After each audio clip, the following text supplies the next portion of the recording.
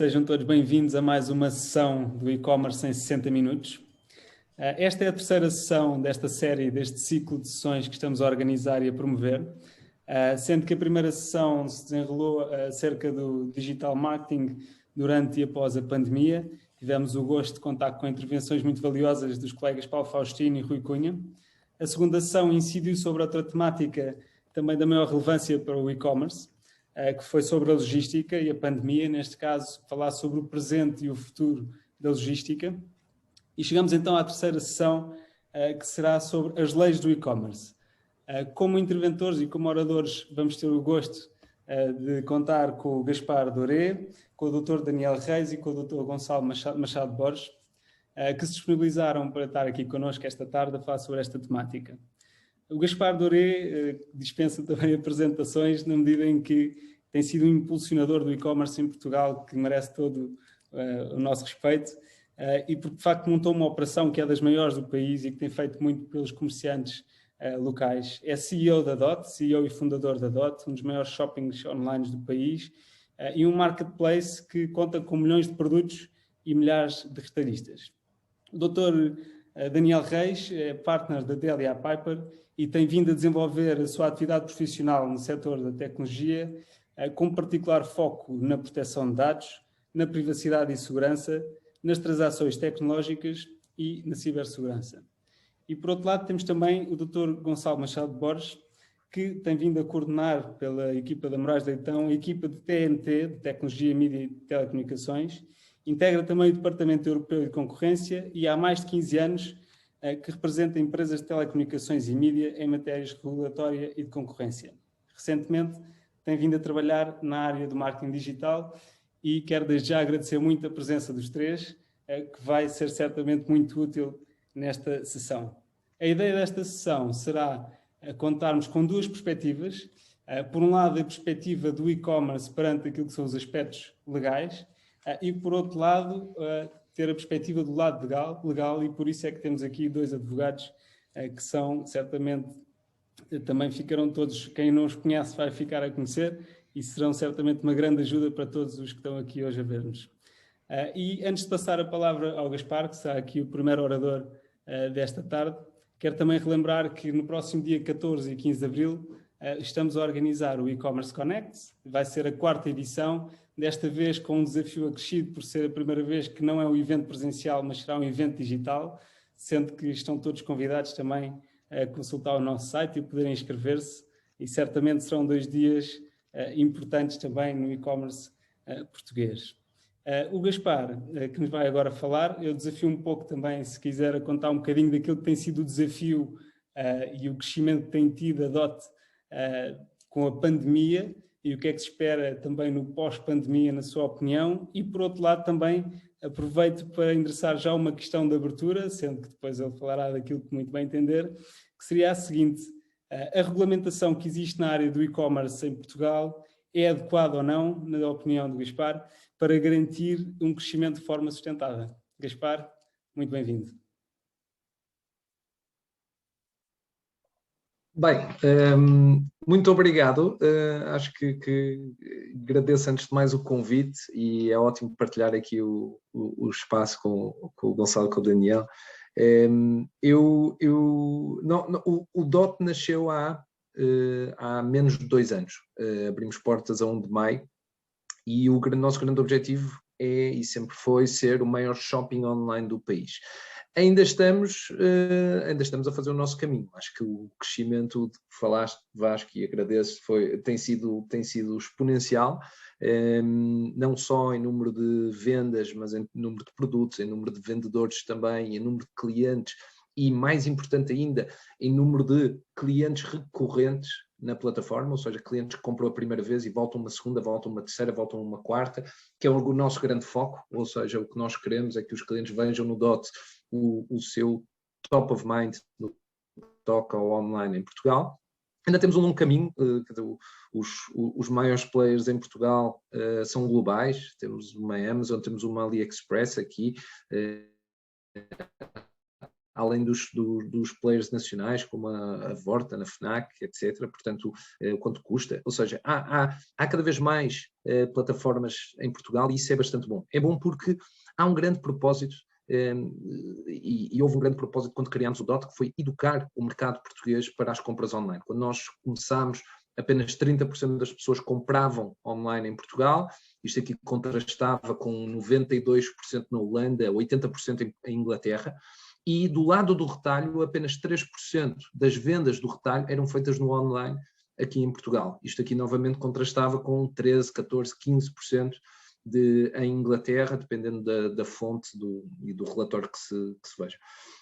Durante a pandemia, obviamente, houve um crescimento avultado. Agora estão a começar a sair os primeiros reportes de adesão ao online em Portugal e já falamos de números de 50% a 60% da população a fazer compras online durante a pandemia. Isto é bastante bom, ou seja, do ponto de vista de comércio e do ponto de vista de digitalização da população, isto aqui é bastante bom, porque nós tivemos não só os clientes a experimentarem, como tivemos o retalho também a fazer uma migração para o digital que tipicamente lhes ia durar 3 a 5 anos e foi completamente condensado em cerca de 6 meses.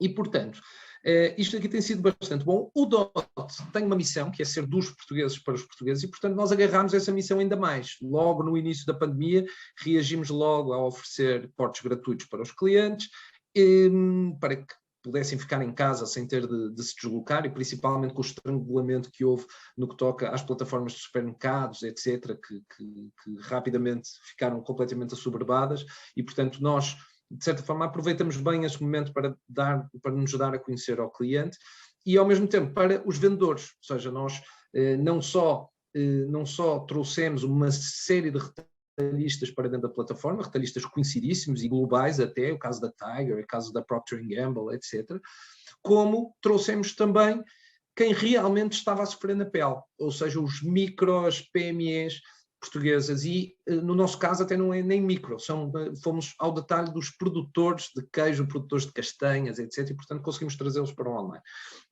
E, portanto, nesse aspecto, acho que temos de ter muito orgulho aqui na equipa DOT que soube responder a isso, e eu, pelo menos, agradeço muito à nossa equipa que foi incansável nesse aspecto.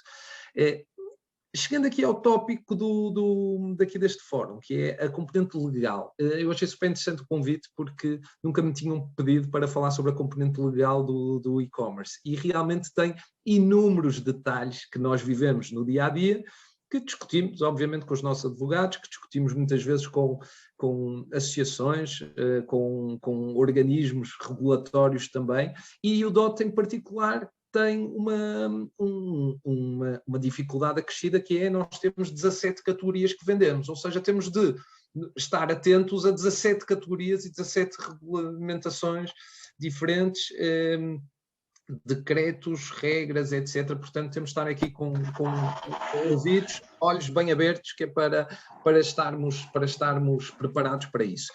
Bem, temas que, e estavas a perguntar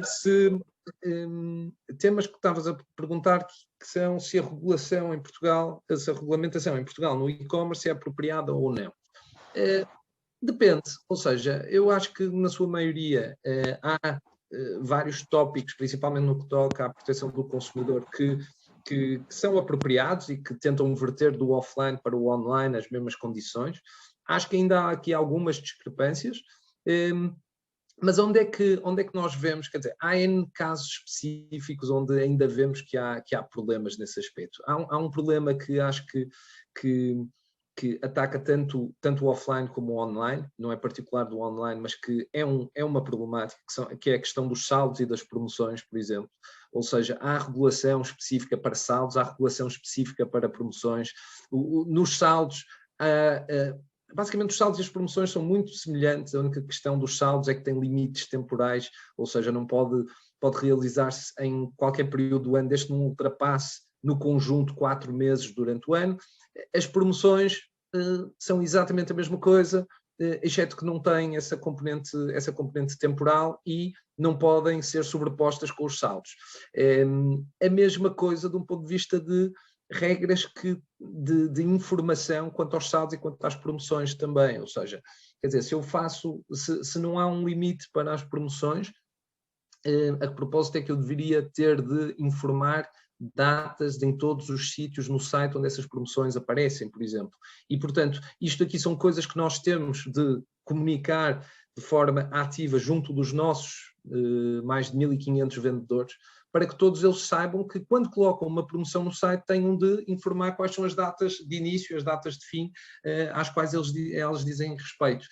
A mesma coisa acontece, por exemplo, e começa a ser cada vez mais importante junto dos vendedores, que é aquelas limitações por exemplo, das regras que quando colocamos um desconto, imagino Black Friday, ele não pode ser, o preço não pode ser mais elevado do que o período dos últimos 30 dias, por exemplo, ou algo assim. Tem aqui umas nuances, obviamente, mas que isso aí o que é que acontece? Qual é o reflexo disso? O reflexo é que, por exemplo, no último Black Friday nós tivemos uma série de vendedores que não puseram descontos. Ou seja, o que fizeram foi baixaram o preço, mas não disseram que tinham 40% de desconto ou 60% de desconto, nem nada disso. E às vezes o preço realmente tinha esse desconto, mas como já aparece o preço final, então já não precisam de mostrar essa informação e não precisam de se preocupar com essa regulamentação. Ou seja, o que acontece é, como a lei não é, ou como a regulação não é clara e não é específica e às vezes não é tão trabalhada end-to-end, então surgem aqui estes loopholes que para uma plataforma como a nossa nós temos de nos moldar. Depois, noutro campo interessante também é a questão dos rótulos de embalagens alimentares também, onde, por exemplo, nós temos de mostrar as informações sobre as características dos produtos que são vendidos, etc. E temos de as mostrar em português para o cliente português. E esta regulação para o mercado português e para os players portugueses deixa aqui uma abertura grande para criar uma falta de competitividade das plataformas portuguesas face a plataformas internacionais.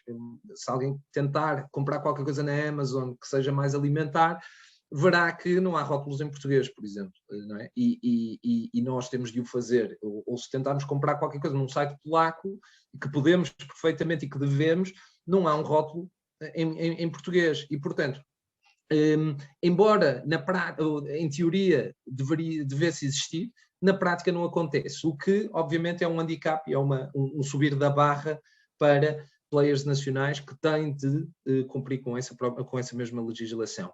Depois, centramos em outros campos, como por exemplo a parte dos medicamentos e produtos mais farmacêuticos, por exemplo, mas por exemplo, medicamentos não sujeitos à receita médica, que isto é um campo regulado pelo Infarmed.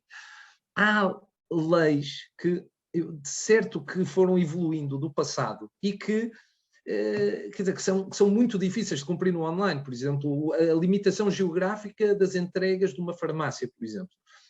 Uma farmácia tem de entregar e pode entregar ao domicílio, mas está limitada ao município onde se encontra instalada ou aos municípios limítrofes, que é basicamente os municípios ao lado.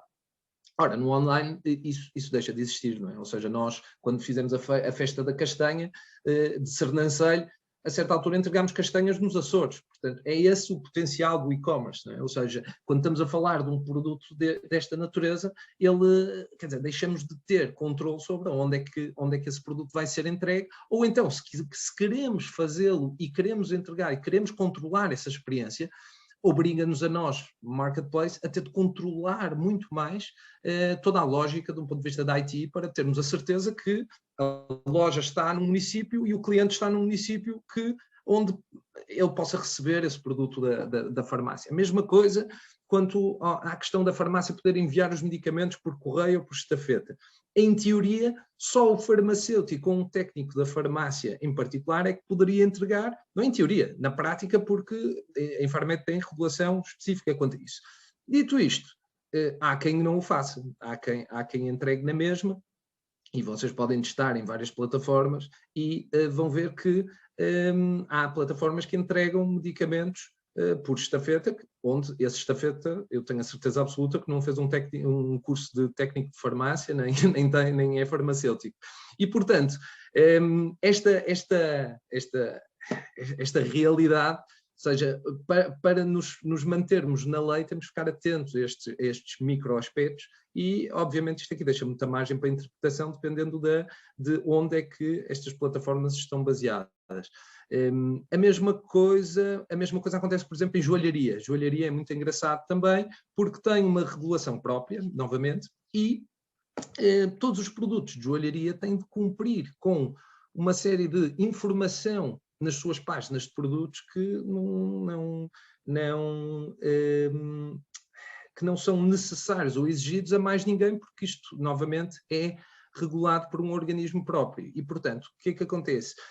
Nós, em todas as páginas de joalharia, temos de incluir informação sobre aonde é que o cliente pode consultar a cotação diária do ouro, da prata, etc. Quer dizer, não temos isto para o arroz, não temos isto para o milho. Se eu vender pipocas, eu não tenho um link para ver qual é a cotação do milho a nível global, nem pouco mais ou menos.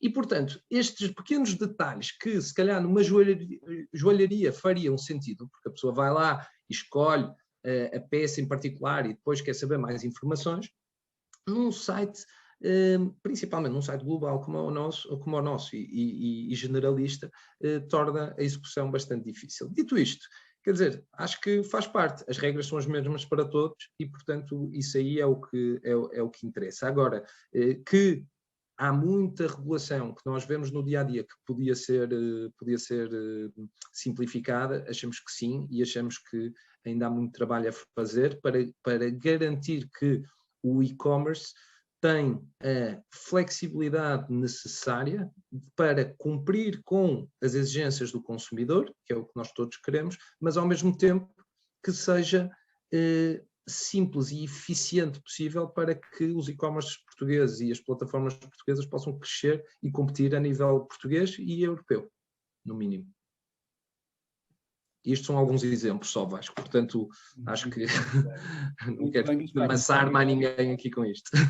Certamente que damos também, já agora aproveito a oportunidade, antes, muito obrigado, Gaspar, por esta intervenção e, de facto, levantas aqui algumas questões que eu apontei, a questão dos saldos e promoções, dos rótulos em português, dos medicamentos não sujeitos à receita médica, joalharia, entre outros, mas realmente tens muitas categorias no teu marketplace e, portanto, tens que lidar com toda esta regulamentação. Agora, aproveito também esta oportunidade, antes de passar a palavra ao Daniel, para dizer a todos os participantes, quem tiver questões que queira colocar, temos aqui através do chat, que os pode deixar. Quem quiser fazer uma intervenção, um comentário às intervenções, é possível fazê-las depois também dos oradores falarem. Mas, portanto, Daniel, foram aqui algumas questões que foram levantadas, mas aproveito também para perguntar, na tua opinião, quais são os riscos associados ao e-commerce do ponto de vista legal e como é que as sociedades de advogados podem ajudar na prevenção destes riscos. Portanto, por um lado, temos aqui o Gaspar a colocar questões, por outro lado, a boa notícia é que temos o Daniel e o Gonçalo que nos vão ajudar, certamente, a responder a estas questões difíceis. Muito obrigado, Vasco, e obrigado pelo convite. É um prazer estar aqui. Eu gosto muito, a minha área é tecnologia, como disseste no início, eu gosto muito do diálogo entre advogados e engenheiros, e neste caso entre negócio e a parte jurídica. Nós, uma espécie de declaração de interesses que é, nós vendemos serviços para endereçar a complexidade. Está aqui pode parecer um conflito, mas eu quero comentar algumas das coisas que o Gaspar disse. Agora, como é evidente, a complexidade não é uma coisa que interessa aos advogados, mas é uma realidade sobre a qual o nosso modelo de negócio está baseado. E o tema eu, sem querer simplificar, mas muita regulamentação, menos regulamentação, é uma conversa complicadíssima, porque olhando só do ponto de vista histórico, há cada vez mais regulamentação.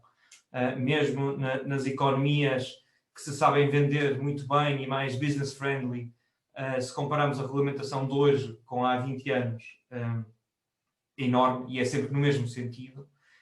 E há muita regulamentação que não é boa e que atrapalha, mas também há muita regulamentação que é boa e que é importante. E pegando só num exemplo aqui para ilustrar isto, quando se fala no online e o não online, o online tem uma vantagem brutal, que é a inexistência de fronteiras, e o Gaspar deu vários exemplos nisso.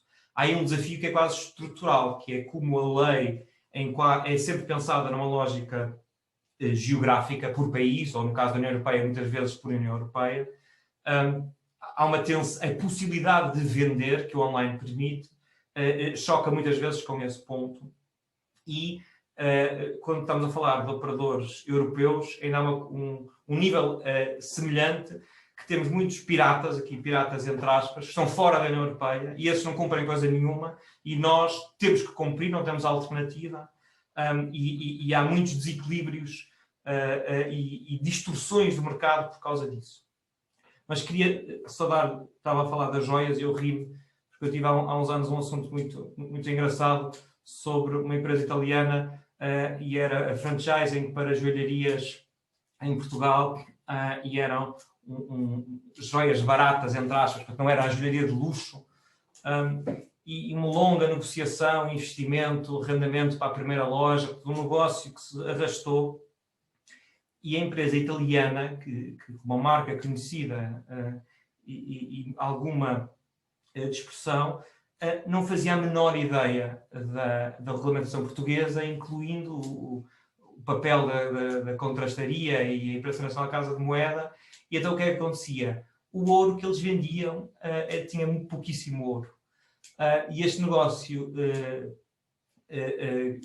bateu contra a parede e fomos alegremente todos para o tribunal, porque o produto não podia ser chamado ouro em Portugal por causa da regulamentação portuguesa, e os italianos achavam que aqui era tudo na boa, e é um exemplo caricato, mas onde a regulamentação, que serve em grande medida para proteger o consumidor, isto é um tema muito relevante aqui para o comércio eletrónico, mas que também pode servir para proteger as empresas.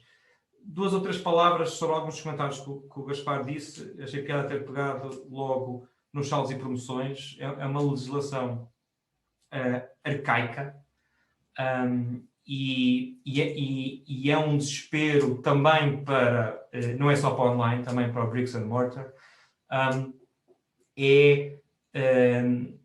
O melhor exemplo para mim é os cartões de desconto. São poucas as marcas que não têm cartões de desconto.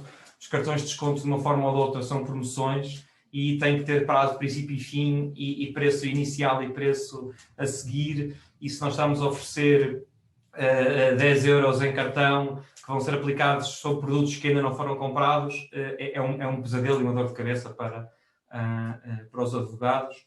Como é também as regras sobre a venda abaixo de preço, que também é muito difícil para quem faz retalho de uma forma agressiva no bom sentido.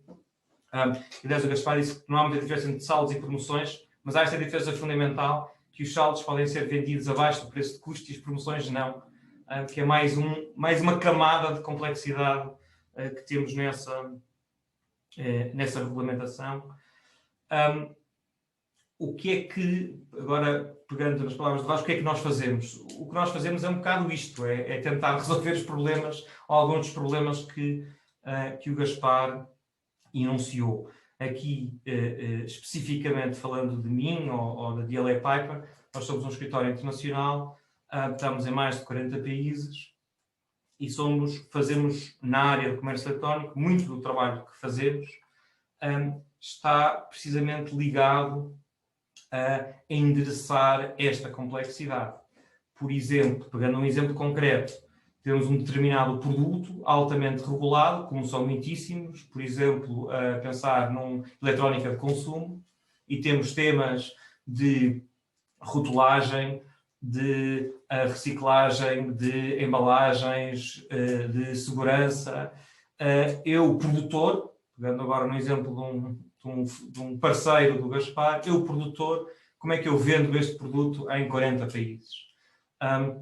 E nós fazemos muito esse trabalho de identificar quais são as limitações em todos os países alvo da empresa para saber se a língua do manual de instruções tem que estar na língua local ou não, pegando no outro exemplo, o que é que tem que estar no rótulo, o que é que não tem que estar, se há outro tipo de limitações.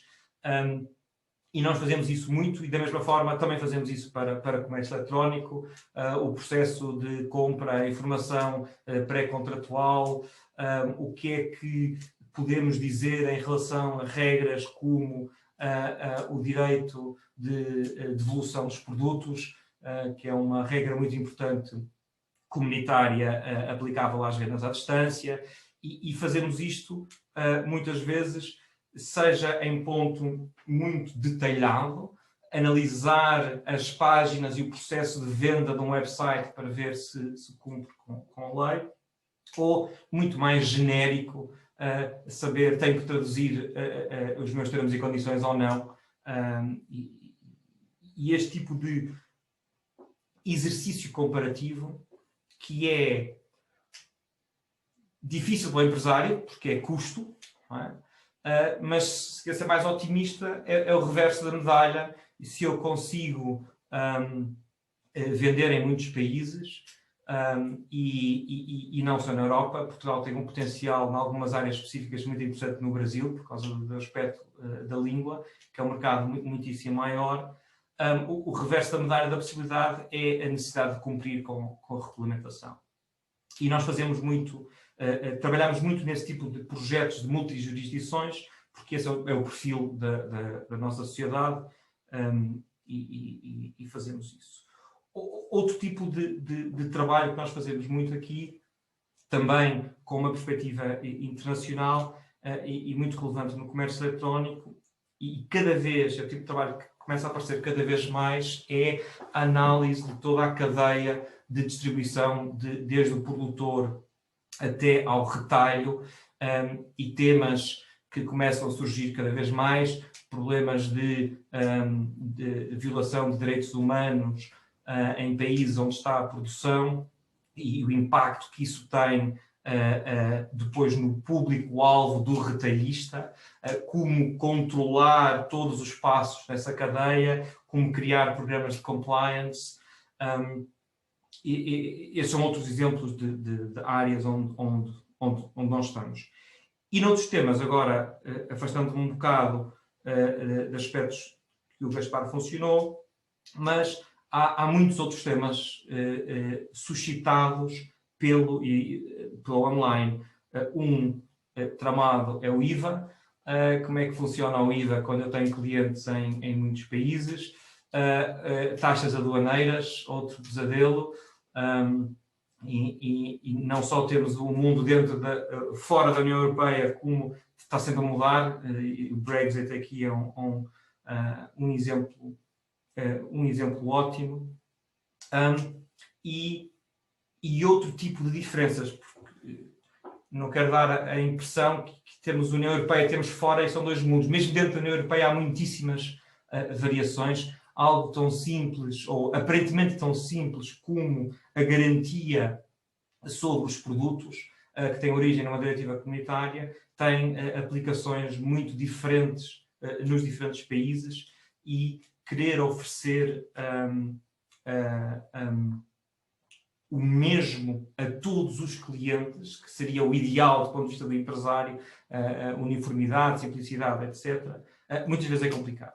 E tudo isto, mudando agora de assunto, este tipo de temas, este tipo de problemáticas, nós trabalhamos muito, e nós gostamos de trabalhar ao lado dos nossos clientes, por uma lógica de somos parceiros a ajudar a encontrar soluções para navegar neste tipo de temas. Queria trazer aqui um dos temas, falamos um bocadinho sobre isto, o Gonçalo a seguir vai falar sobre um tema muito interessante e que vai ser muito relevante num futuro próximo. Eu queria falar numa outra perspectiva, que é a perspectiva patológica, que é o que é que acontece quando as coisas correm mal. Os conflitos de consumo. como muitas vezes se fala, se usa como uma espécie de chapéu para o que é que acontece quando o cliente não está satisfeito. E nós aqui, o que é que pode acontecer? Nós temos várias realidades diferentes e falar delas brevemente. Primeiro, temos o livro de reclamações, que é uma regra em Portugal com um regime específico. O cliente pode apresentar uma reclamação no livro de reclamações. Ponto 1. Ponto 2. Temos outro mecanismo também muito português, não é muito frequente noutros países, que é o Ministério Público pode apresentar uma ação em tribunal, chama-se uma ação inibitória, a suscitar a nulidade de termos e condições de venda. Por exemplo, uma regra de uma empresa de comércio eletrónico que determina que só pode devolver, tem que responder no prazo de X dias o que é que estava mal com o produto, vamos imaginar, e essa regra não cumpre a lei. O Ministério Público tem o poder de apresentar uma ação em tribunal contra a empresa a declarar a nulidade dessa norma e ela deixa de valer. E o nosso Ministério Público passa por fases, assim como a ASAI, de muita atividade, pouca atividade, mas volta e meia apresenta esse tipo de ações e nós já estamos envolvidas em várias dessas. Terceiro tipo, queixas ao regulador. E há muitos reguladores. Outra dificuldade da regulação, a ASAI, a Polícia Económica, é um dos reguladores transversais, mas depois nas diferentes áreas, e o Gaspar sabe isto com certeza, dependendo dos produtos ou dos serviços, podemos ter reguladores diferentes. E uma queixa a um regulador pode gerar um processo de contornação e uma coima. Tem um terceiro tipo de conflito. Quarto tipo de conflito, arbitragem ou tribunal. Tribunal é raro, a não ser que estejamos a falar de automóveis, é muito raro os consumidores irem para tribunal. O custo raramente vale a pena. Quando acontece, na minha experiência, ou são advogados ou são amigos de advogados e que patrocinam para ir para tribunal. A maioria dos consumidores utilizam sistemas alternativos de resolução de litígios, arbitragem ou mediação, e que era este tipo de forma de resolver conflitos nunca teve muito sucesso, eu diria muita tração em Portugal, mas desde o verão de 2019 que se o consumidor quiser, a arbitragem é obrigatória, ou seja, quem tem uma loja online, o consumidor pode obrigar a loja a aceitar a arbitragem de consumo, e a relevância da arbitragem de consumo é muito mais barato para o consumidor, é muito mais rápido, e não, se for inferior a 5.000 euros não é suscetível de recurso, portanto não se vai arrastar. A minha experiência é quase sempre negativa, porque muitos desses mecanismos são demasiado para o consumidor, e funcionam às vezes como vamos ver o que é que conseguimos, o que é que conseguimos da empresa para ajudar o consumidor, e não são uns sistemas fantásticos. Esta é a minha experiência pessoal com vários centros de consumo. E estes são quatro avenidas diferentes de conflitos. A quinta avenida é a informal, é a reclamação que o cliente apresenta diretamente junto da empresa, ou às vezes através da DECO, ou às vezes ao mesmo tempo envia uma queixa ao regulador e faz uma reclamação. E este é, na minha experiência, o canal mais importante para gerir conflitos de consumo. As empresas estão de nomes diferentes, mas o serviço de apoio ao cliente, ou o serviço de pós-venda, ou o serviço que trata dos clientes depois da venda, tem uma importância fundamental. Porque, na minha experiência, o cliente só se queixa, a queixa agora no sentido de ir ou para tribunal porque se chateou ou apresentar uma reclamação, se ficar insatisfeito com a forma como o operador resolveu o seu problema. E, na minha experiência, as empresas que têm um bom serviço de apoio a clientes têm um baixo nível de conflitos e ações em tribunais e, respondendo ao tema do Vasco, como é que as empresas podem melhorar, como é que podem avançar, a minha recomendação sempre é não esquecer, não desvalorizar este aspecto, porque do ponto de vista preventivo, para evitar litígios, é muito importante. E deve ser visto, obviamente, com uma cabeça, o chapéu do negócio, mas também com o chapéu legal. E nós, para dar exemplos de projetos que fazemos, com frequência nós revemos os processos de interação com os clientes, nós revemos o texto do script do call center a responder a determinadas matérias, para garantir que estamos a dar, que a empresa está a dar as respostas certas e que o cliente fica feliz.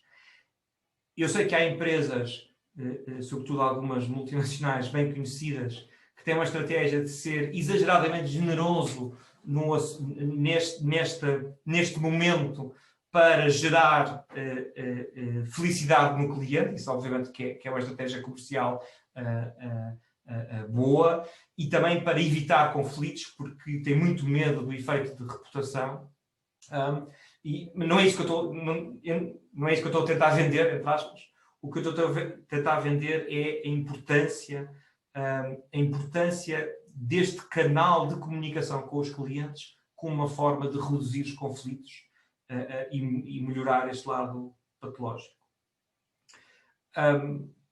Não quero estender mais, quero dar a oportunidade a debate e ao Gonçalo, por isso, Vasco, calo-me aqui e estou disponível para a frente. Muito obrigado, Daniel. Foi sem dúvida uma intervenção muito interessante, onde levantaste aqui inúmeras questões. Ficámos todos aqui a conhecer estes mecanismos também, dos livros de reclamações, a questão do Ministério Público, queixas ao regulador e, de facto, a arbitragem desde 2019, como falaste, tem vindo a ser também uma solução, mas o canal da reclamação e quais as estratégias a adotar são de facto questões importantes para todos os e-commerces pensarem, não é? Até do ponto de vista reputacional, e como falaste muito bem, há marcas muito conhecidas que têm todo o cuidado com essa questão, e portanto é mais uma questão que fica aqui levantada. Depois, se alguém quiser comentar ou partilhar como é que tem feito também nas suas lojas de e-commerce, teremos todo o gosto em ouvir. Para já, vamos ouvir também aqui o Gonçalo Machado de Borges, e eu faço aqui uma questão, e também temos todos muita curiosidade em ouvir aquilo que nos vai dizer, até porque o Daniel acabou por lançar aqui que o Gonçalo vai falar-nos de algo também muito interessante. Estamos todos curiosos, mas faço também uma questão de abertura aqui para a sua intervenção, que é a seguinte: de que forma é que as sociedades de advogados podem contribuir para um ecossistema digital mais seguro e mais confiável? E, por outro lado, agarrando também naquilo que foi a intervenção do Gaspar, que nos falou aqui da questão das regras que são iguais para todos e que sabemos isso, a pergunta também seria a seguinte: como é que um e-commerce pode crescer obedecendo a estas regras que são impostas, digamos assim, e quais é que são os desafios? Gonçalo. Muito obrigado, Vasco. Boa tarde a todos. É um prazer estar aqui novamente com o Gaspar e com o Daniel e com todos vós. Eu ouvi as intervenções do Gaspar e do Daniel com atenção, tenho aqui algumas notas. Antes que me esqueça, indiretamente às questões que colocou agora, Vasco, a primeira, como é que os advogados podem ajudar? Eu diria que podem ajudar simplificando o compliance. Isto é um tema que está um bocadinho relacionado com o tema do qual eu vou dar apenas umas notas, que é o iminente regulamento dos serviços digitais, ou o Digital Services Act, que está em fase de proposta e de discussão, mas que virá a curto prazo, espera-se, a ser aprovado e publicado, e que virá a estabelecer um quadro legal horizontal para tudo o que é a oferta de serviços digitais na União Europeia. Portanto, se é verdade que os operadores do e-commerce se queixam, em alguns casos com mais razão do que noutros, de que há muita regulamentação e, portanto, a carga de compliance é pesada, num sentido ela vai se tornar mais pesada com o Digital Services Act que aí vem, se bem que haja também aí um impulso de simplificação e de centralização de regras. Portanto, nós aqui estamos a trabalhar há já algum tempo na preparação de um produto ou de um pacote de serviços que permita precisamente auxiliar os operadores de e-commerce a assegurar o compliance com as novas regras. A sua segunda pergunta tinha a ver com as questões que o Gaspar tinha colocado sobre a fragmentação de regras, não é? Exatamente. No fundo, o Gaspar tanto alertou que as regras são iguais para todos, não é? Digamos assim, do ponto de vista do e-commerce, e a pergunta era mesmo como é que se cresce obedecendo a estas regras, não é? No fundo, quais é que são os desafios, portanto, e como é que podem ajudar? Otimizando, eu diria que se cresce otimizando o compliance, mas sem deixar de defender agressivamente a posição das plataformas online, das marketplaces, nos pontos onde ela deve ser defendida. Estava aqui a pensar na pergunta que a Mariana fez, a qual o Gaspar respondeu, que tem a ver com o tema das limitações geográficas de entregas por farmácias. E eu admito que, enfim, não desconheço o detalhe das regras do Infarmed, mas admito que se estivéssemos a falar de medicamentos sujeitos à receita médica, que a regra pudesse ser diferente e ter alguma justificação. Neste caso, devo dizer que me parece uma regra não só arcaica, como perfeitamente disparatada. As regras de localização das farmácias têm a ver com a estrutura de mercado físico e, portanto, na verdade, não são transponíveis e não vejo qual é o sentido de as transpor para o mundo online. Portanto, essa parece-me, francamente, uma regra que faria todo o sentido de fazer lobby para que ela desaparecesse ou fosse devidamente ajustada. Só uma outra nota sobre uma questão que o Gaspar também referiu, que é o tema dos saldos e das promoções, e só para dar conta de um tema que nos foi perguntado aqui há pouco tempo, nomeadamente durante a pandemia, aqui há alguns meses, que é se o período temporal máximo dos saldos, que são 124 dias que estão previstos na lei, no caso de comerciantes que tenham simultaneamente uma loja, um estabelecimento físico e uma plataforma online, uma loja online, se os dias do período máximo de saldos se devem contar de forma agregada para ambos ou se podemos defender que devem contar separadamente, 124 dias para a loja física e 124 dias para a loja online, e nós defendemos, enfim, teria que ir recuperar um bocadinho a argumentação, mas defendemos que se podia multiplicar o prazo. Mas também, de facto, as regras dos saldos e promoções são rígidas e são muito, muito detalhadas e muito limitativas daquilo que se pode fazer. O que eu preparei umas notas para vos falar, como disse há pouco, é sobre a proposta de regulamento dos serviços digitais, que eu acho que virá, em bastantes aspectos, revolucionar o quadro regulatório aplicável ao online. Vai ser um conjunto de regras que se vai aplicar cumulativamente a tudo o que já existe, portanto, até instrumentos legislativos europeus recentes, como o regulamento do geoblocking, o regulamento sobre as regras sobre as plataformas platform to business, vão continuar a aplicar-se cumulativamente e, portanto, se na verdade já temos aqui uma carga regulatória que é relativamente pesada, ela virá a tornar-se potencialmente ainda mais pesada para alguns agentes de mercado. E eu julgo que uma das preocupações, um dos temas que preocupa os marketplaces, especificamente, tem a ver um bocadinho com uma tendência da legislação e da regulação para equiparar a responsabilidade do marketplace ao regime próprio de responsabilidade dos comerciantes ou dos vendedores, que são efetivamente quem promove a venda dos bens ou serviços. E ainda hoje falei com um cliente nosso que transmitiu, que me deu um exemplo muito interessante, por exemplo, em matéria ambiental. Os marketplaces são neste momento obrigados, ao entendimento que podem ser obrigados, a assegurar a recolha de resíduos de equipamentos eletrónicos que sejam importados via marketplace, seja de onde for, portanto, de sellers internacionais.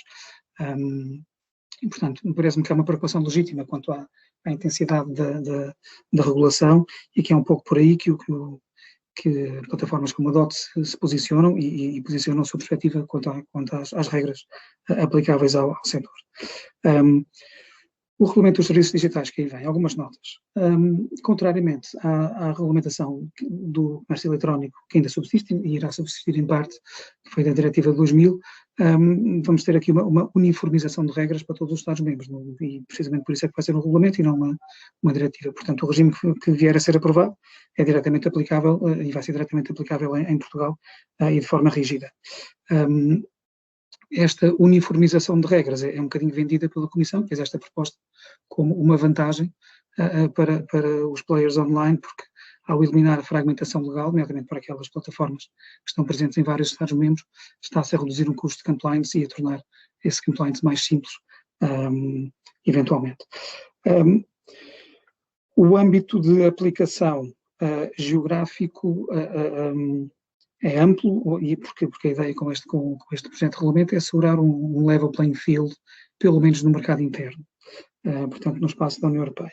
E, portanto, as regras deste regulamento irão aplicar-se a qualquer prestador de serviços de intermediação online, qualquer plataforma online, independentemente do seu local de estabelecimento ou da sua presença física, desde que preste serviços na União Europeia. E entende-se que presta serviços na União Europeia se tiver uma ligação substancial com a União Europeia, ou porque tem um estabelecimento na União Europeia, ou porque tem um número significativo de consumidores na União Europeia, ou porque direciona as suas atividades para um Estado-membro ou mais na União Europeia. Este critério do direcionamento de atividades manifesta-se de muitas formas na prática. Basta ter um site com domínio com .pt, um .fr, enfim, domínio de um Estado-membro, ou ter materiais no site na língua do Estado-membro, ou aceitar moedas que não o euro no espaço da União Europeia, mas de um Estado-membro, e, portanto, ou ter serviços de apoio técnico ao cliente prestados na língua de um Estado-membro. Portanto, qualquer destes fatores e vários outros permitem estabelecer essa ligação substancial à União. Este regulamento, este pacote de regras tem sido promovido e discutido um pouco como sendo direcionado muito para as grandes redes sociais e para os gigantes do mundo digital, as plataformas de muito grande dimensão, very large online platforms, e também como incidindo muito sobre o tema dos conteúdos, que conteúdos é que podem ser publicados nas redes sociais, o que é que deve ser a moderação de conteúdos, etc. Mas a verdade é que também vai haver uma noção ampla de conteúdo, do que é que podem ser conteúdos ilegais. E esta noção ampla estende-se a informações de natureza comercial, que possam constar de uma plataforma, nomeadamente quanto a produtos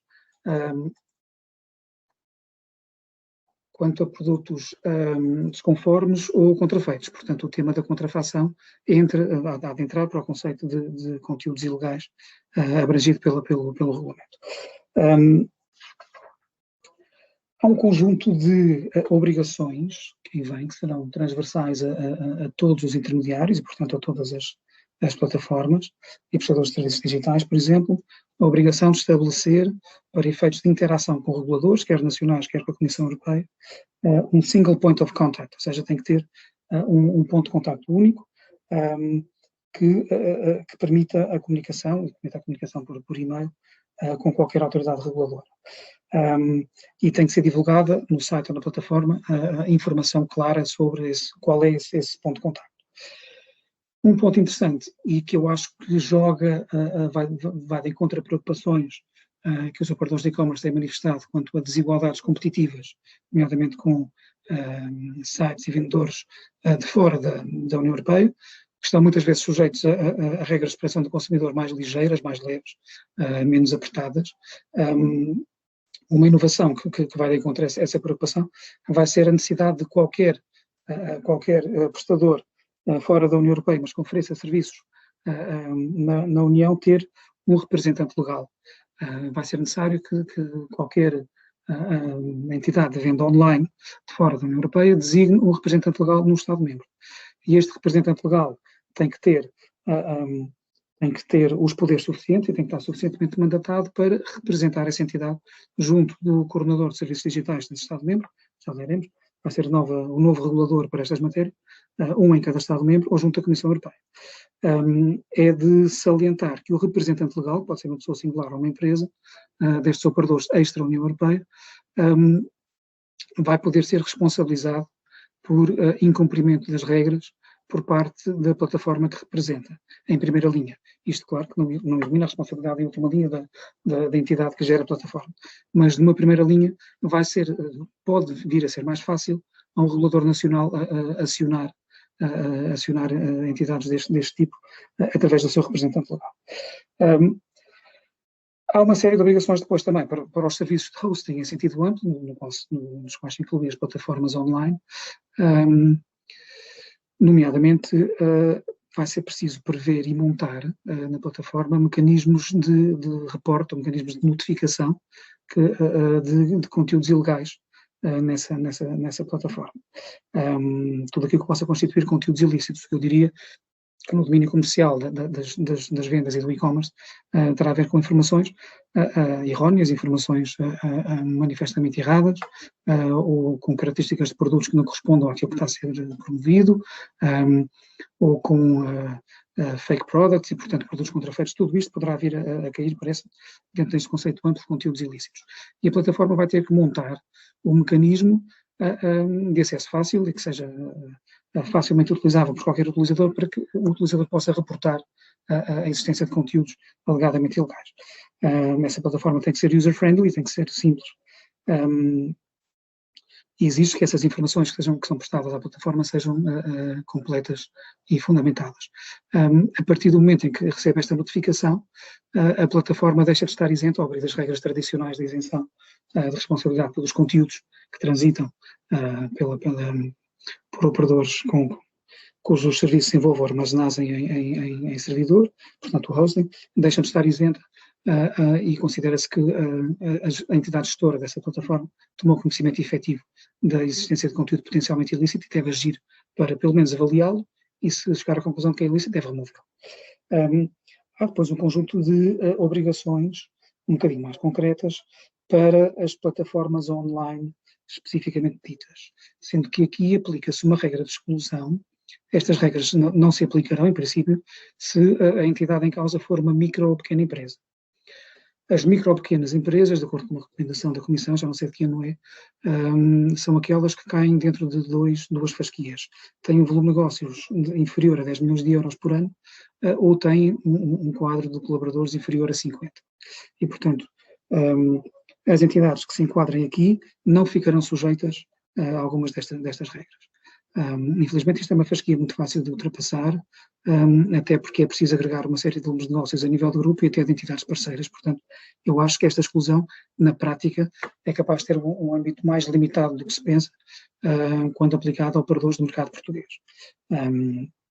E, portanto, acho que na prática o número de operadores no mercado português que vai ser abrangido por estas regras vai ser um número relativamente significativo. Os operadores online que estejam abrangidos por este conjunto específico de obrigações, depois num capítulo específico lá do projeto, vão ter que estabelecer também mecanismos, um sistema interno de tratamento de reclamações. Portanto, quando um utilizador, no caso do marketplace, por exemplo, um comerciante que tem contrato com o marketplace, seja objeto de uma decisão ou de remoção de conteúdos, por exemplo, ou de cancelamento da sua conta ou de cessação do contrato, por ter violado as regras, tem que poder apresentar uma reclamação dessas decisões internamente por um prazo de 6 meses a seguir essa decisão. E, portanto, há aqui uma obrigação que tem carga logística. Vai ser preciso montar este sistema, vai ser preciso monitorizar esta informação, vai ser preciso verificar os prazos e vai ser preciso dar resposta às reclamações. E, portanto, temos aqui mais um exemplo de coisas novas que aí vêm e que vão obrigar a adaptação logística por parte das plataformas. Para os marketplaces, especificamente, vai haver uma regra que eu imagino que em alguns casos já seja cumprida quase à letra hoje, mas que vai passar a ser uma obrigação, e o problema destas obrigações é que vão ser sancionáveis, a sua violação vai ser sancionável com coimas potencialmente muito pesadas, mas já lá iremos dentro de 1 ou 2 minutos. Como dizia, vai haver uma obrigação específica sobre os marketplaces de assegurar condições de rastreabilidade dos sellers ou dos comerciantes que admitam a vender produtos ou serviços na sua plataforma. E, portanto, qualquer marketplace vai ter que assegurar, se é que já não o faz hoje, mas aí com caráter de obrigatoriedade, vai ter que assegurar, antes de poder autorizar um seller na sua plataforma, vai ter que obter uma série de informações prévias dessa entidade, relativamente detalhadas. Nome, endereço postal, estou a ler da minha capa, o nome, endereço postal, o telefone, endereço de e-mail, cópia de documento de identificação do comerciante, endereço de e-mail do operador económico, se for uma pessoa singular, dados de conta bancária, e o registro comercial, no caso de sociedades comerciais. Estas informações, evidentemente, ficam na posse da plataforma, da entidade gestora, mas é necessário tê-las para que, em caso de reclamações contra o comerciante, em particular, se possa fazer o tracing desse comerciante, eventualmente escalar processos que podem ir até à sua remoção da plataforma, até ao cancelamento do contrato, em caso de reincidência em práticas ilegais, venda de produtos contrafeitos, informações defeituosas, o que seja. Para além disso, é preciso que o comerciante forneça uma declaração sobre a sua responsabilidade, no sentido em que se compromete perante a plataforma, em que só vai vender produtos que estejam absolutamente conformes com as regras, e sim as regras setoriais. Falámos há pouco, seja qual for o tipo de produto, que vai vender esses produtos em conformidade com as regras da União Europeia. Portanto, há também uma assunção de autorresponsabilidade por todos os comerciantes. Outra obrigação logística associada a esta é que vai ser necessário armazenar e manter atualizados os dados, todos estes dados de contacto dos comerciantes, ao longo da duração do contrato que o comerciante tenha com o marketplace. No plano institucional também se vão materializar algumas alterações importantes. Uma delas pode também ir no sentido de uma preocupação que tem sido manifestada repetidamente pelos operadores de e-commerce em Portugal e mais ou menos em todo o lado, que é, mas mais cá do que noutros sítios, apesar de tudo, há alguns Estados-membros que já centralizaram de alguma forma a supervisão regulatória sobre o comércio eletrónico, que é o tema da dispersão regulatória, que o Daniel falava há pouco, que nós temos a ASAI, temos a ANACOM como a entidade de supervisão para os prestadores de serviços intermediários em rede, sendo que eu tenho dúvidas quanto àquilo que esse conceito significa hoje. Temos a autoridade tributária para matérias de IVA e eventualmente matérias de taxas aduaneiras, etc. Portanto, temos uma série de reguladores com competência sobre matérias que são do interesse de todos os agentes online. Uma das inovações, e eu não sei bem para que lado vai pender depois a opção do governo português, mas uma das inovações é que vai ser necessário criar em todos os Estados da União Europeia uma autoridade independente, que pode ser uma autoridade nova, criada de raiz, ou pode ser o aproveitamento e o regulador que já existe. Não sei se isto não irá parar a ANACOM, mas é uma desconfiança. Um regulador com competências abrangentes para fiscalizar o cumprimento de todas as regras, do regulamento. Esta nova autoridade reguladora vai se chamar o Coordenador de Serviços Digitais, vai fazer parte vai haver uma espécie de organismo a nível europeu, que é o Comitê de Coordenadores, que vai agregar todos os coordenadores a nível nacional, e para além disso a Comissão Europeia vai ter competências muito importantes, se bem que essas estejam especialmente focadas nos gigantes digitais, as chamadas plataformas de muito grande dimensão, os Googles e Facebooks e afins. Como é que se vai determinar qual é o coordenador de serviços digitais que tem jurisdição e tem competência sobre uma determinada plataforma? Das duas, uma. Há de ser a autoridade do Estado-membro onde essa plataforma tem o seu estabelecimento, dentro da União Europeia, ou se não tiver esse estabelecimento, nomeadamente operadores extra-União, sejam eles de onde forem, vai ser o coordenador de serviços digitais do Estado-membro onde o seu representante legal, que falámos há pouco, tem a residência ou estabelecimento. Portanto, o tema do representante legal das entidades, enfim, sellers asiáticos, é um mercado geográfico com uma proliferação de agentes online, vai de facto ser um tema e vai ser uma pessoa ou uma entidade com uma importância prática muito, muito grande no enforcement destas regras. Por último, o incumprimento das obrigações previstas, estas e de outras, isso foi uma espécie de apanhado, destas e de outras regras do novo regulamento dos serviços digitais, vai ser punível, e vai ser punível, isto entronca aqui também numa tendência de agravamento sancionatório, agravamento das coimas e, portanto, da responsabilidade, o que vem também agravar a responsabilidade dos operadores de e-commerce quanto à necessidade de assegurar um compliance completo. vai ser, no caso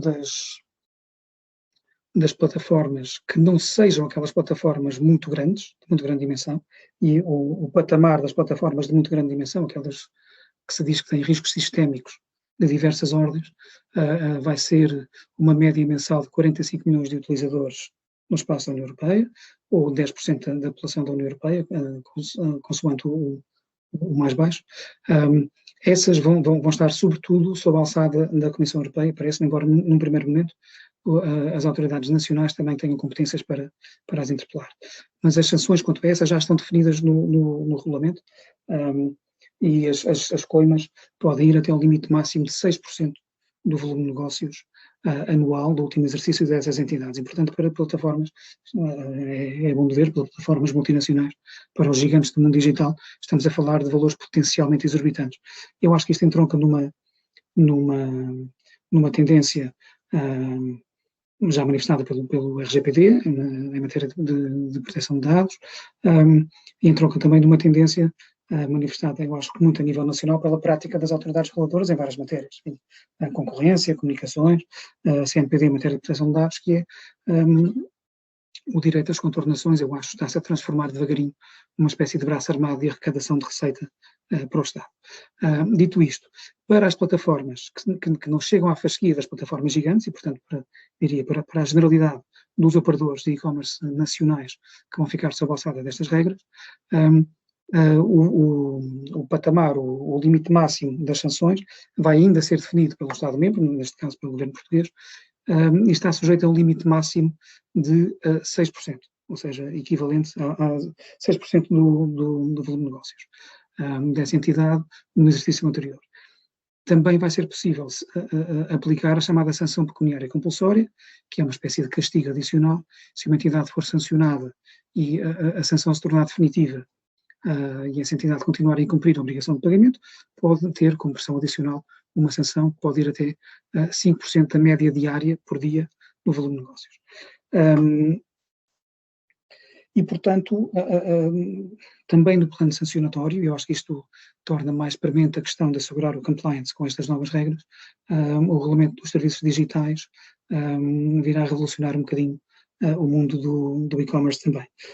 Enfim, das redes sociais, dos gigantes digitais, mas também de todas as lojas online e todas as plataformas e todos os marketplaces. E, portanto, nós estamos, de facto, muito investidos em fazer uma análise muito detalhada e um descascar, se quiserem, para temas práticos do regime que aí vem, porque, na verdade, queremos estar preparados para oferecer um produto de full compliance com estas regras aos operadores nacionais.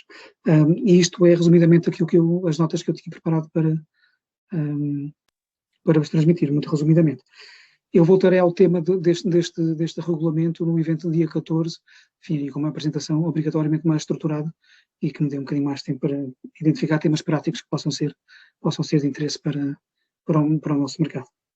Muito obrigado, Gonçalo, aqui pela excelente intervenção e pela partilha desta informação, que é certamente muito útil a todos os que estamos aqui. Portanto, agora também abre-se aqui, se alguém quiser fazer uma intervenção, um comentário, poderá fazê-lo. Portanto, peço apenas que deixe aqui o seu nome e a empresa de onde vem, que eu passarei a palavra. Mas antes disso, pergunto também aqui ao Gaspar se pretende fazer algum comentário a estas duas intervenções, de Daniel e de Gonçalo. E aproveito ainda para fazer uma outra questão relacionada também com a intervenção inicial. Apontaste, Gaspar, para que os portugueses, 30% dos portugueses que compravam online antes da pandemia, com a pandemia este número, corrijo-me se eu não percebi bem, mas passou a 50%, não é? A pergunta é simples, é se achas que este crescimento poderia ser maior ou não com outra regulamentação. E já agora, também, aqui o Dr. Gonçalo falou da questão dos medicamentos sem receita, que foi aqui um dos temas que surgiu no chat. Não sei se respondeu um bocadinho à tua questão, se já tinhas pensado nesta hipótese. Não, claro que sim. Claro que sim. Vou falar um bocadinho. Olha, não, eu faço um comentário muito rápido, respostas às tuas perguntas. Eu acho que o mercado cresceu muito. Ou seja, eu acho que o mercado cresceu muito durante a pandemia, É uma questão, atenção, é uma questão um bocado cultural, não é? Os portugueses continuam com muitos receios de meios de pagamento, ainda há uma grande parte da população muito pouco digitalizada e, atenção, não temos de ir para o interior do país, às vezes no centro do Porto, no centro de Lisboa, há pessoas altamente, muitíssimo pouco digitalizadas. E acontece até muito nos centros, muito mais do que estamos à espera nos centros das cidades, porque as lojas ficam mais acessíveis, ou seja, as pessoas às vezes não sentem tanta necessidade de comprar online. O facto de estarem em cidades ou em centros urbanos não se torna, não deixa que isso aí seja propício. E, portanto, às vezes até vemos pessoas bastante mais digitalizadas no interior do país, precisamente porque não têm acesso às coisas. Não é? Quanto ao comentário do Gonçalo quanto às leis da farmácia, eu não podia concordar mais. Eu não podia concordar mais e acho que... Mas é que o exemplo foi especialmente bom, Gaspar, desculpa interromper. O exemplo, Gonçalo, eu tenho todo o gosto em partilhar isto, porque é algo que... E atenção, quer dizer, se fôssemos dizer que, não, óbvio, eu sou parte interessada, não é? Obviamente que nós queremos tornar todos estes produtos vendáveis online, etc. Mas... E se nós estivéssemos contra as farmácias que não o quisessem fazer ou assim, mas não, as próprias farmácias também o querem fazer, mas obviamente tem um regulador que nesse aspecto, tipo, acho que ainda tem de evoluir um bocado, acho que a palavra lobby é a palavra ideal aí, mas obviamente, quer dizer, tipo, o caminho faz-se caminhar, portanto, e nós vamos a muitas, não conseguimos ir a todas ainda, mas vamos a muitas, portanto, acho que...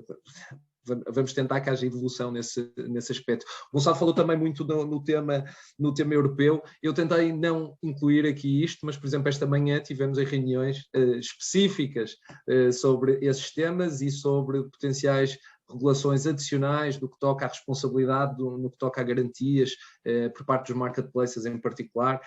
Pronto, são temas mais específicos aos marketplaces, ou alguns mais específicos aos marketplaces, mas que são temas muito pesados do ponto de vista legal, do ponto de vista europeu até, e por isso eu acho que a minha principal preocupação é esta competitividade global. O Daniel, eu gostava de agradecer aqui o comentário face aos saltos, porque every day is a school day, eu não fazia ideia que podiam ser vendidos abaixo do preço de custo, ou pelo menos nunca reparei que podiam ser vendidos abaixo do preço de custo, já anotei aqui, enquanto estávamos aqui, já encaminhei para toda a minha equipa, que é porque realmente, por um lado, eu vejo como empreendedor que sou, vejo o copo meio cheio, portanto vejo isso aí ainda mais oportunidade de sermos mais amigos dos vendedores, porque eu acho que muitos deles até se calhar não sabem também isso aí. Pronto, de qualquer forma, só estes os meus comentários.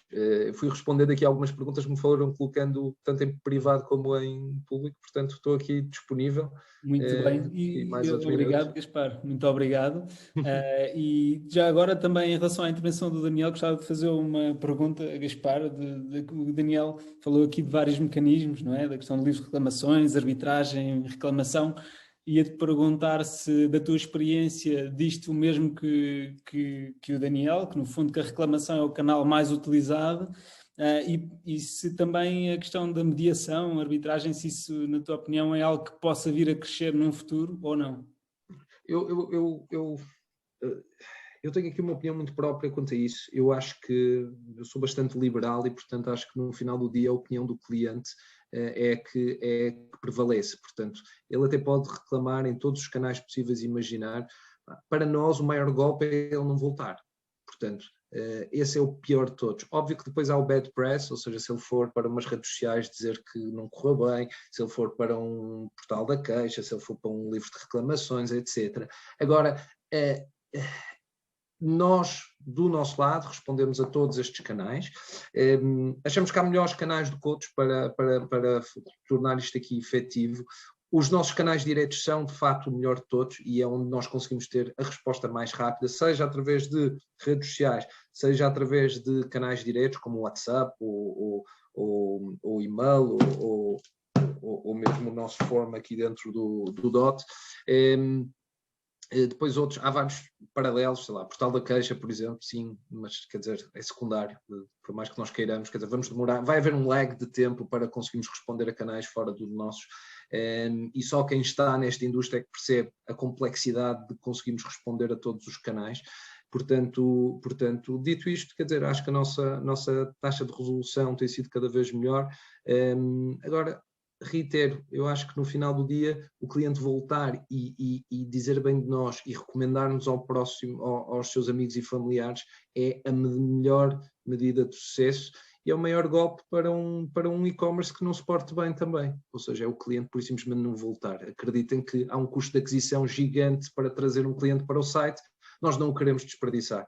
E, portanto, o cliente que não volta para nós é uma perda de investimento brutal e por isso não o fazemos de forma alguma e não deixamos isso aí pelo caminho garantidamente.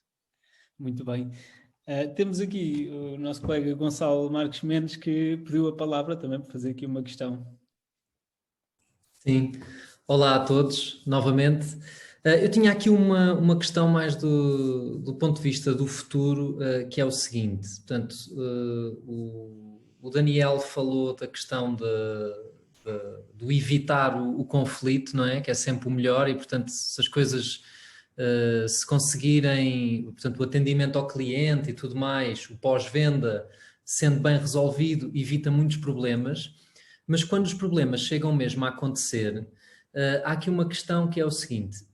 Portanto, foi tudo digital, eu chego à loja online, eu compro, as coisas vêm para a minha casa, mas depois, quando chega à parte de haver mesmo, e esperemos que não aconteça, mas de haver mesmo um conflito, eu tenho que recorrer eventualmente à arbitragem, a um tribunal, eventualmente não acontece, foi o que falámos, mas eu depois aí vou ter que recorrer a coisas que são já físicas.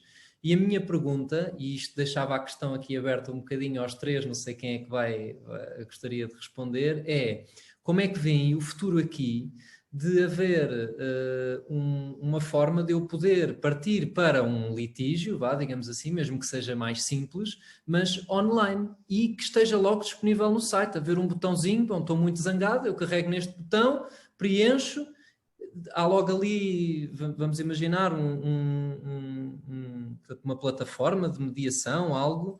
Eu acho que, não sei, eu veria o futuro assim, não sei o que é que acham. Gonçalo, posso saltar em cima disto? Isso, em alguma medida, já existe.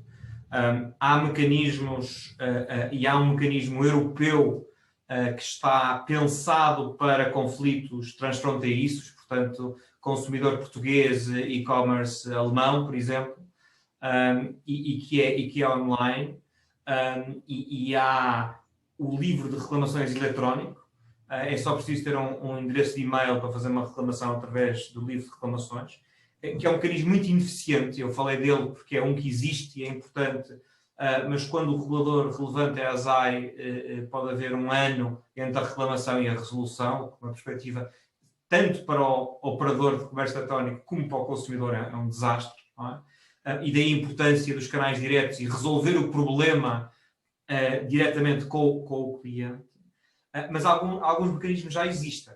E, portanto, concretizando, existe o livro de reclamações online, existe um mecanismo, uma rede de centros de arbitragem europeia, e está no site da Direção-Geral do Consumidor, nada disto é difícil de encontrar, e já é possível fazer. E eu acho que essa não é a parte difícil. A parte difícil, agora alimentando uma acha, é quando temos um operador num país e um consumidor no outro, e se não houver uma solução amigável, é muito difícil. Quando digo amigável, não precisa ser por acordo, pode ser por arbitragem, mas haver um efetivo indemnização, compensação do cliente. Se o operador não tiver para aí virado, isso é um problema. E é um dos grandes desafios do direito do consumidor em geral, é que como os valores são muito baixos, não é na teoria, na prática, as formas de reação são muito reduzidas. E isso é também mais um ponto onde os operadores bons, entendam-se eficazes e preocupados na retenção de clientes, etc., como o Gaspar está a fazer, se podem verdadeiramente se distinguir.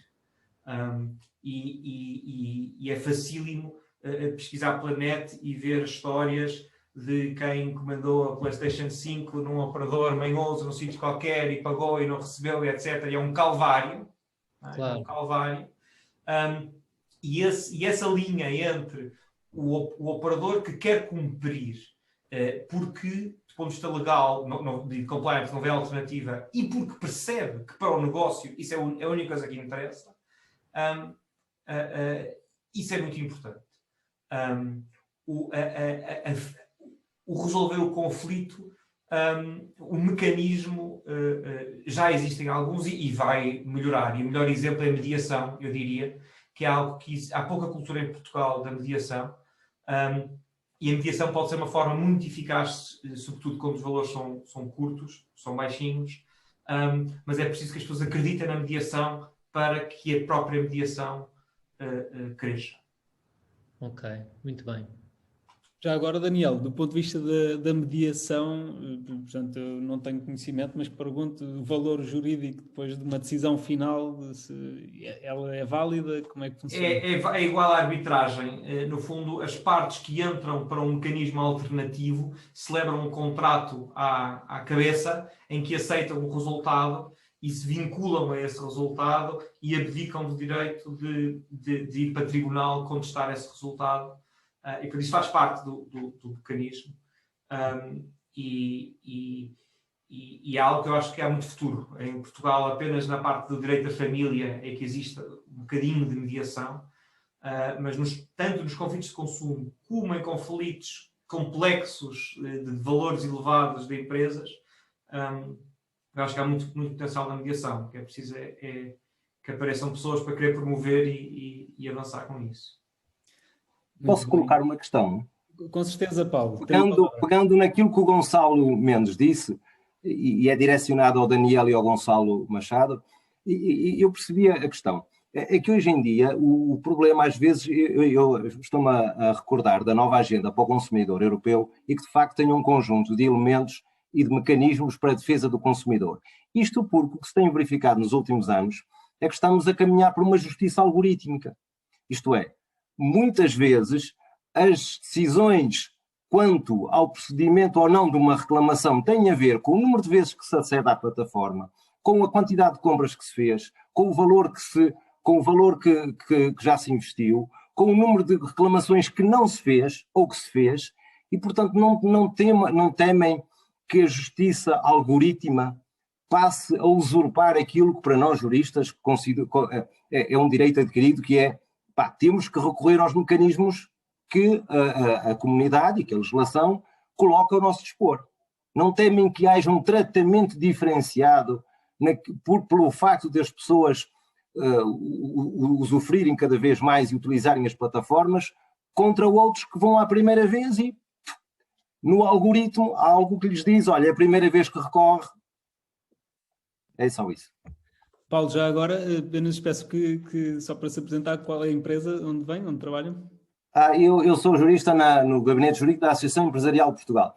Aproveito para cumprimentar ali o Daniel Reis, com quem já nos cruzamos 2 vezes, não é? Uma vez na CIP e outra vez na EP. Pronto, e é apenas isso. Obrigado. Muito bem. Eu salto aqui, já deixo o Gonçalo falar. Vamos lá ver. A substituição da justiça tal como a conhecemos por uma justiça automatizada e com base na inteligência artificial não me parece desejável nem possível no universo próximo. Agora, a complementariedade das duas coisas eu vejo com ótimos olhos. Ótimos olhos. Já algumas experiências muito interessantes em áreas de, por exemplo, contornações rodoviárias, portanto, que tem uma complexidade jurídica muito baixa e onde um sistema automatizado com machine learning por trás resolve uma percentagem altíssima dos casos. E nos conflitos de consumo, não todos, mas há muitos conflitos que são muito simples e são muito parecidos uns com os outros, e um sistema de justiça automatizada não parece até que pode ser algo positivo. Portanto, a mim não me preocupa a ideia. Claro que eu não vejo possível substituir uma coisa pela outra de uma forma tão simples, mas começar a introduzir mecanismos desse género. Dou-lhe um outro exemplo fora do consumidor: os conflitos sobre nomes de domínio, nomes de domínio semelhantes a outros. É um outro exemplo bom, onde os problemas são muito parecidos uns com os outros e, portanto, um mecanismo automático com software interessante pode ajudar a eliminar a carga burocrática que estes processos geram e poder resolver de uma forma automatizada. E, portanto, não tenho medo nenhum, pelo contrário. Eu não me referia a sistemas institucionalizados de justiça algorítmica, porque esses já existem. Esse que falou em Paris das contornações rodoviárias, temos nos Estados Unidos várias aplicações na área da inteligência artificial em vários estados que resolvem isso. Eu referia-me às plataformas, aos grandes gigantes, utilizarem eles próprios critérios dentro do algoritmo que acabem por, na prática, generarem soluções menos favoráveis a quem, tendo o direito, é a primeira vez que recorre ou gasta pouco dinheiro. É só isso. Acho que já percebi. Desculpa, só para fazer um micro comentário de 20 segundos. Eu, tal como o Daniel, não me choca a coexistência de vias, algumas um bocadinho mais automatizadas, com os mecanismos tradicionais de resolução de litígios, quer extrajudiciais, as mediações, as arbitragens, quer no limite, e dependendo da admissibilidade do caso, judiciais mesmo.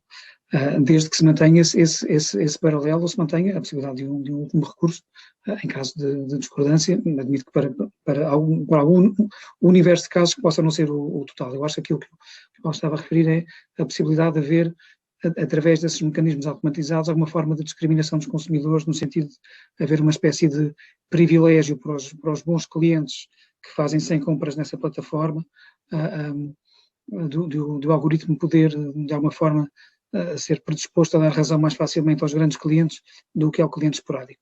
Isso já me parece, de facto, questionável. Não sei se isso existe e se é feito dessa forma em alguma plataforma online ou não, mas aí já acharia questionável e mesmo censurável. Agora, efetivamente, a complexidade dos litígios não se define apenas pelo seu valor, mas é um facto que, para valores mais...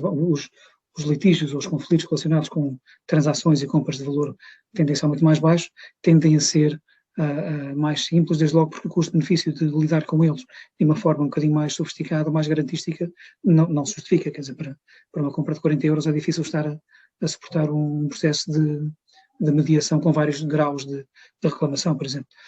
Portanto, não me choca que os dois coexistam. Admito que para algum universo de transações faça todo o sentido ter um processo mais automatizado.